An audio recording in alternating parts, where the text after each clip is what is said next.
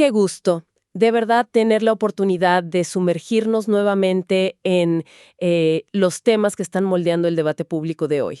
Estoy muy entusiasmada de estar aquí. Y yo igual, siempre es un placer analizar estos temas a detalle. Hoy tenemos sobre la mesa un documento sumamente robusto. Hablamos del Plan de Gobierno 2026-2031. Así es.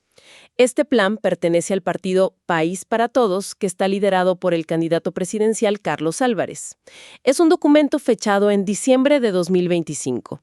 Y bueno, funciona esencialmente como el mapa de ruta que esta agrupación política propone para el futuro de la nación. Exactamente. Y la misión de esta sesión, para que quede súper claro desde el inicio, es muy específica. Nos vamos a enfocar en extraer y desmenuzar el diagnóstico que hace este partido sobre los problemas estructurales del Perú. Ajá. Para luego, contrastarlo con las soluciones concretas que plantean. Es un material extenso, muy lleno de datos, lo que nos da una ventana clarísima hacia cómo visualizan la maquinaria del Estado y dónde creen que están las fallas críticas. Pero antes de sumergirnos en los detalles, hay un punto fundamental que debemos establecer. El marco de cómo vamos a abordar esto. Precisamente. Un aviso obligatorio y muy necesario para quienes nos escuchan hoy. Dado que los documentos fuente que revisamos son de naturaleza política y puramente electoral, esta exploración a fondo va a mantener una postura estrictamente neutral y objetiva. Totalmente. Nuestra labor aquí no es respaldar, no es criticar, ni tomar partido por las visiones de izquierda, de centro o de derecha que puedan estar plasmadas en este plan. El único propósito de este espacio es informar, transmitir y analizar las ideas de este documento para que la ciudadanía tenga los elementos necesarios para sacar sus propias conclusiones. Las reglas del juego están clarísimas entonces. Bien, vamos a desempacar esto. Y el punto de partida tiene que ser obligatoriamente la presentación del propio candidato, porque establece un tono de urgencia innegable. Sí, un tono muy marcado. El documento arranca con un diagnóstico central durísimo. Afirman que en el Perú la inseguridad manda. Argumentan que el Estado ha, digamos, claudicado en su deber principal de proteger al ciudadano honesto. Es una afirmación fuerte. Muy fuerte. Hablan específicamente de cómo la extorsión ya no es un delito aislado. No, ahora es una práctica sistemática y estructurada para financiar bandas criminales. Y tocan un punto crítico al afirmar que las cárceles del país operan, en la práctica, como centros de mando y operación criminal. Lo fascinante aquí es cómo el plan evita tratar la inseguridad como un problema exclusivamente policial. O sea, van más allá de poner más policías en la calle. Exacto. El documento teje una línea directa entre el crimen y la fractura económica del país. El argumento central es que el orden y la autoridad no son solo conceptos de justicia abstractos, sino que son habilitadores económicos fundamentales. Claro, la base de todo. Imaginemos el escenario que plantean. Si un dueño de una bodega es extorsionado apenas abre su negocio, o si las grandes inversiones se detienen por cobro de cupos, pues no hay crecimiento posible. La premisa es que, sin una base sólida de seguridad, las políticas de educación o de salud simplemente no tienen terreno donde echar raíces. Es una lectura completamente estructural del crimen. Y por eso, las propuestas de solución que plantean intentan ir directo a la yugular del financiamiento criminal. Por ejemplo, sugieren otorgarle facultades de investigación penal a la Superintendencia de Bancas, Seguros y AFP. La famosa SBS. Así es.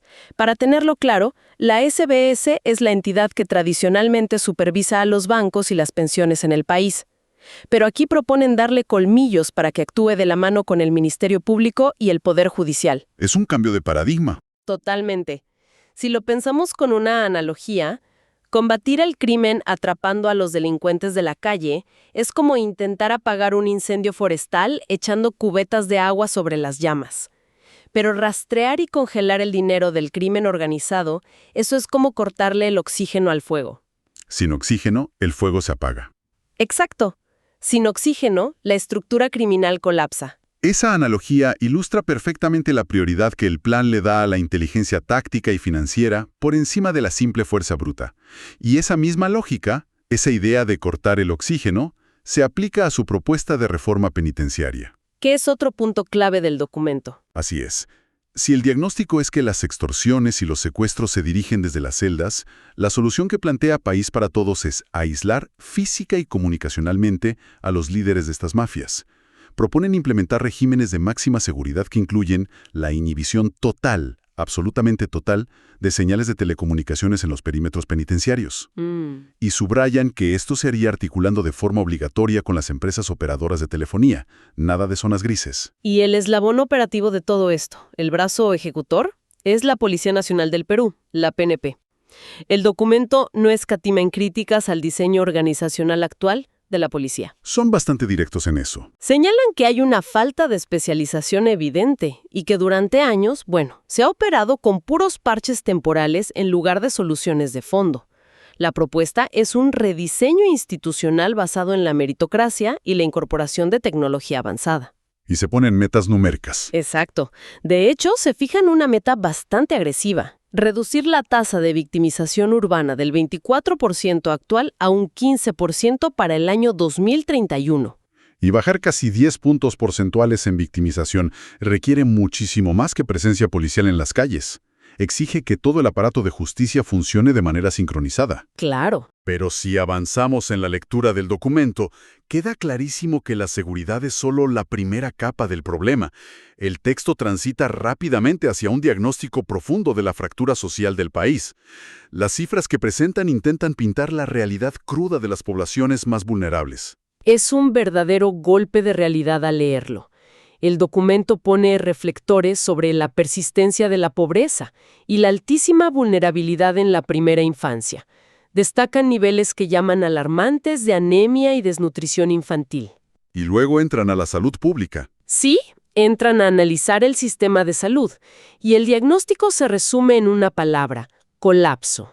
Una palabra fuerte pero precisa según sus datos. Para cualquier ciudadano que haya tenido que madrugar a las 4 de la mañana, hacer una fila de horas a la intemperie, solo para que en la ventanilla le digan que no hay citas hasta el próximo mes, o que el hospital está desabastecido de medicamentos básicos, pues este diagnóstico resuena muchísimo. Es el día a día de muchos. El plan señala que esta ineficiencia obliga a las familias a recurrir al gasto de bolsillo, empobreciéndolas aún más por tratar de cubrir lo que el Estado no logra proveer. Las soluciones que proponen en el ámbito social intentan ser verdaderamente integrales. Para el tema de la niñez, plantean una política denominada cero tolerancia a la anemia. Y ojo, esto no se queda en un eslogan de campaña. Tienen un plan detrás de la frase. Así es. Detallan la implementación de tamizajes agresivos y un paquete de servicios garantizados para la primera infancia. En el frente de la salud general, la estrategia principal es la descentralización. Quieren evitar a toda costa que los pacientes de las regiones tengan que viajar días enteros hasta la capital solo para ver a un especialista. ¿Y cómo planean lograr eso, logísticamente? Apuestan fuertemente por la tecnología. Proyectan que la telemedicina esté plenamente operativa en al menos el 70% de las redes de salud priorizadas para el 2028. Otro concepto que me pareció sumamente innovador dentro de este plan es cómo abordan a las poblaciones vulnerables, a través de algo que llaman el Sistema Nacional de Cuidados. Lo abrevian como Red Cuida.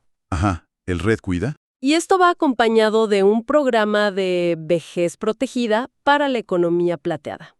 El diagnóstico aquí reconoce una realidad económica que muchas veces es invisible: la sobrecarga del trabajo de cuidado no remunerado, que recae abrumadoramente sobre las mujeres, es un freno inmenso para el desarrollo económico de las familias. Es una trampa de pobreza. Exacto.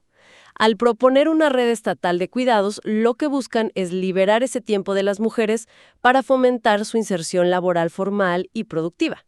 Y es vital hacer una pausa en este punto para analizar la viabilidad institucional de todo esto, porque el propio plan reconoce que construir redes de cuidado o modernizar hospitales es absolutamente imposible si la maquinaria burocrática del Estado está rota. Claro, el papel aguanta todo, pero la ejecución es otra cosa.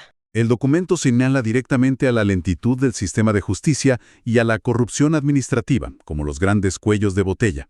Para destrabar esto, la propuesta da un salto tecnológico enorme. Sugieren utilizar inteligencia artificial y tecnología blockchain para digitalizar trámites estatales.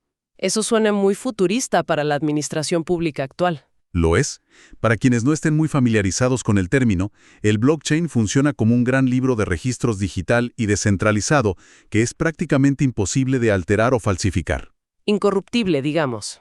La idea es esa, Que un expediente judicial o un contrato de obra pública no pueda perderse mágicamente ni modificarse por debajo de la mesa. Es un rastreo absoluto. Es usar la tecnología literalmente como un candado contra la corrupción. Y junto a eso hay una propuesta muy concreta para el Poder Judicial en sí: convertir los órganos judiciales transitorios en permanentes. Ese es un cambio burocrático clave. El diagnóstico advierte que tener a jueces y fiscales rotando constantemente en puestos provisionales no solo alarga los juicios durante años de años, sino que crea un ambiente perfecto para la impunidad. Es una reforma que busca darle estabilidad, pero sobre todo independencia, a quienes administran justicia en el país. Y esa estabilidad institucional que mencionas es el puente perfecto hacia el siguiente gran pilar del documento. Porque sin reglas claras y una justicia que sea predecible, el motor económico simplemente no enciende. Aquí es donde se pone realmente interesante. Entramos de lleno a la sala de máquinas del país, a la economía. Vamos a los números. El plan describe un motor económico que está estancado. Las cifras que arrojan son contundentes. Enfrentamos una informalidad laboral que supera el 70%. Es una locura. O sea, 7 de cada 10 trabajadores operan fuera del sistema formal, sin beneficios, sin red de seguridad. A esto le suman un dato muy revelador sobre la presión tributaria, que se ubica apenas en un 14.4% del Producto Bruto Interno. Para poner esa cifra en perspectiva y entender la gravedad, el documento compara ese 14% con el promedio de la OCDE. Que es el Club de los Países Ricos. Básicamente, la Organización para la Cooperación y el Desarrollo Económico es el bloque de las economías más desarrolladas y con mejores políticas públicas del mundo. Y allí, la presión tributaria ronda el 33.9%. Más del doble. Mucho más. Eso significa que el Estado peruano intenta proveer servicios de educación, salud e infraestructura operando con menos de la mitad del presupuesto relativo que tienen otras naciones. Es como intentar mantener la infraestructura de una ciudad inmensa con el presupuesto diseñado para un solo vecindario pequeño. Es matemáticamente imposible. Y a esa falta crónica de ingresos, el plan le suma el problema de cómo se gasta lo poco que hay en las arcas. Denuncian un gasto público profundamente ineficiente. Apuntan a las obras paralizadas, me imagino. Sí, apuntan a los cientos de obras paralizadas a nivel nacional y a los rescates financieros constantes, casi como un barril sin fondo que el Estado le da a empresas públicas. Señalan de forma muy directa el caso de Petroperú. Un tema siempre polémico. Entonces, si el diagnóstico es un Estado con pocos ingresos y que encima gasta mal, ¿cómo proponen arreglarlo? Bueno, la propuesta tributaria hace hincapié en una reforma progresiva, pero lanzan una advertencia clara. El objetivo no es subir las tasas de impuestos a los formales que ya pagan, sino ampliar la base de contribuyentes. Y la estrategia para lograr esa ampliación de la base es puramente tecnológica e informativa. Planean masificar la facturación electrónica en todo el territorio y cruzar bases de datos a gran escala. El famoso Big Data gubernamental. Exactamente. Quieren integrar la información de la SUNAT, que es la autoridad tributaria, con los datos de las municipalidades, los registros públicos y la SBS. El objetivo es rastrear el flujo del dinero y detectar la evasión en todas las cadenas productivas. Pero ojo, sin asfixiar al empresario formal con más trámites. Y hablando del sector empresarial, el plan busca darle un salvavidas a las micro y pequeñas empresas. Las famosas MIPE, que hoy sufren con créditos que son carísimos en el mercado formal. Tasas casi usureras en algunos casos. Para incentivar la inversión y facilitarle la vida al emprendedor, plantean crear una ventanilla única territorial. La idea es eliminar ese vía crucis burocrático de tener que sacar permisos en 20 oficinas distintas. Simplificación administrativa pura. Pero lo que realmente destaca en esta sección es el gran impulso al Open Banking, o banca abierta, y a las empresas fintech. Esa es una tendencia global muy fuerte. La idea de abrir la información financiera de los clientes, siempre con su permiso explícito, es que los bancos y las aplicaciones financieras compitan a muerte entre sí por ofrecer mejores tasas de interés al usuario. Esto busca democratizar el crédito y ayudar a las MIPES a construir un historial crediticio digital, alejándolas del manejo exclusivo de dinero en efectivo. Esa transición del efectivo al mundo digital nos lleva a lo que probablemente es el nudo más complejo de desatar en toda la política económica social del país, el sistema de pensiones. Uf, el tema de pensiones siempre es un campo minado. Totalmente. El diagnóstico del plan asume una realidad incómoda, pero que es muy cierta. El nivel de informalidad es tan, pero tan alto, que pretender que todos los peruanos consigan un empleo formal en planilla de la noche a la mañana es irreal. Es una ilusión. Hoy, más del 70% de la población económicamente activa no tiene acceso a una pensión contributiva. Ante este panorama, el partido propone abandonar los modelos tradicionales de tajo y establecer un sistema basado en 3 pilares. Desglosemos esos pilares porque la estructura está muy bien pensada y vale la pena entenderla. El primer pilar es de carácter básico y no contributivo. Para los más vulnerables. Exacto. Se trata de una pensión universal destinada a los adultos mayores en situación de pobreza extrema que, por haber trabajado en la informalidad absoluta toda su vida, nunca pudieron cotizar. El plan propone que este pilar de asistencia sea administrado operativamente por la ONP. La Oficina de Normalización Previsional. Para contextualizar a nuestra audiencia, la ONP es el sistema de pensiones público tradicional de reparto. Pero en esta propuesta, su rol se enfocaría en garantizar este piso mínimo de dignidad para quienes no tienen nada. El segundo pilar ya entra al terreno de los que sí pueden aportar al sistema. Es un pilar netamente contributivo, donde habría una competencia directa y frontal entre el sector público y el sector privado. Interesante mezcla. La clave aquí es que funcionaría bajo un modelo estricto de cuentas individuales, es decir, cada trabajador es dueño absoluto de su fondo, y el Estado entraría únicamente a garantizar una pensión mínima bajo ciertas condiciones muy específicas de años de aportación. Pero el tercer pilar es el que trae la propuesta más disruptiva de todas, porque va dirigido directamente a ese enorme sector informal y de ingresos variables del que hablábamos. El trabajador independiente. Así es. Es un pilar voluntario basado enteramente en el microahorro digital. El mecanismo que sugieren incluye herramientas muy modernas, como el redondeo automático en las compras diarias. ¿Cómo funcionaría eso en la práctica? Imaginemos la situación para que se entienda fácil. Un ciudadano compra un café que cuesta 4 soles con 50 céntimos usando su billetera digital en el celular. La aplicación automáticamente redondea el cobro a 5 soles, y esos 50 céntimos de diferencia van directamente, sin intermediarios, a su fondo de pensiones personal. Es una forma muy inteligente de amarrar la tecnología de uso diario para solucionar el problema del ahorro a largo plazo, todo sin que el ciudadano sienta un golpe fuerte en su bolsillo a fin de mes. Exacto, es ahorro invisible. Es un intento genuino de adaptar el sistema a la realidad del trabajador independiente, en lugar de forzar a ese trabajador a encajar en un sistema diseñado para la economía industrial del siglo pasado. Una actualización necesaria. Ahora, todas estas políticas económicas y sociales tienen un límite muy claro si solo se piensan desde las oficinas en la capital. El documento dedica un espacio sustancial al diagnóstico territorial del país. La mirada regional. Describen a un Perú desconectado geográficamente y profundamente fracturado a nivel institucional. Son muy críticos con el modelo actual de descentralización.